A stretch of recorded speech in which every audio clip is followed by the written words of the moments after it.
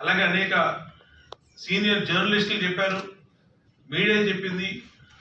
అలాగే ఇవాళ I-PAC team అదే నిజమైందనేది అందరూ దీంట్లో ఉంటే ఈనాళ్ళ ఓదార్పు యాత్రకు వెళ్ళి వాళ్ళని ఓదార్చి బయటకు వచ్చి ఏడవలేక నవ్వుతూ జగన్మోహన్ రెడ్డి మొత్తం సీట్లు మాయే, మొత్తం గెలుస్తున్నాం, చరిత్ర సృష్టిస్తున్నాం, జూన్ 4వ తారీఖు దేశం మొత్తం ఏపీ వైపు చూస్తుంది అన్నాడు. నీకు నమ్మకం ఉంటే జూన్ 4వ తారీఖు నాడు తెలుగుదేశం పార్టీ కూటమి విజయం సాధించిన తర్వాత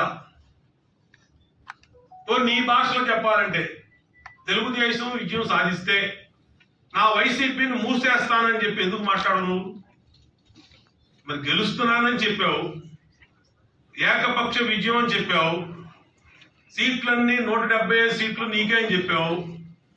మరి అన్ని సీట్లు నీకే అయినప్పుడు రాని పక్షంలో వైసీపీ పార్టీని మూసేస్తానని కూడా ప్రకటించాల్సిన బాధ్యత నీ మీద ఉంది జగన్ రెడ్డి. అది కూడా ప్రకటించు. వస్తే నువ్వే ప్రజలు మ్యాండేట్ ఇస్తే, ఎవరికి మ్యాండేట్ ఇస్తే వాళ్ళు రూల్ చేస్తారు, అది వేరే విషయం.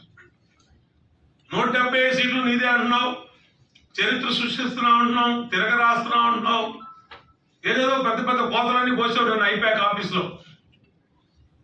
నువ్వు కోసిన కోతలకి నీ వెనకాల బొత్స సత్యనారాయణ ఉన్నాడు, ఒకసారి ఫోటో చూడు, ఏడుపు మొహం వేసుకున్నాడు బొత్స సత్యనారాయణ. అట్లాగే పెద్దిరెడ్డి రామచంద్రారెడ్డి. మొత్తం అయిపోయింది, ఇంకా 4 రోజుల్లో మొత్తం మనకి మన అటెండర్ కూడా సెల్యూట్ కొట్టడాన్ని ఒక నిర్ణయానికి వచ్చేసిన ఫేసులు నీ వెనకాల కనపడుతున్నాయి. నీకు ఐపాక్ ఆఫీస్ లోపల చెప్పింది కూడా అదే చెప్పారు. లోపల ఓటమి ఖాయం వైసీపీకి. వైసీపీ చేసిన అరాచక పాలన, 5 సంవత్సరాల పరిపాలన ప్రజలు విసుగెత్తిపోయారు అన్ని రకాలుగా. ఒక రకం కాదు. ఈ వర్గం బాగుంది జగన్మోహన్ రెడ్డి పరిపాలనని చెప్పే ధైర్యం వైసీపీకి ఉందా? మా పరిపాలనలో ఈ మహిళలు బాగున్నారు, చిరు వ్యాపారులు బాగున్నారు, కార్మికులు బాగున్నారు, వ్యవసాయ రైతులు బాగున్నారు, వ్యాపారస్తులు బాగున్నారు, బిల్డర్స్ బాగున్నారు. ఒక్క వైసీపీ పార్టీ ఎమ్మెల్యేలు, మంత్రులు, ఎంపీలు జగన్మోహన్ రెడ్డి తప్పితే ఈ రాష్ట్రంలో బాగుంది ఎవరో కొన్ని వైసీపీ చెప్పానండి చెప్పే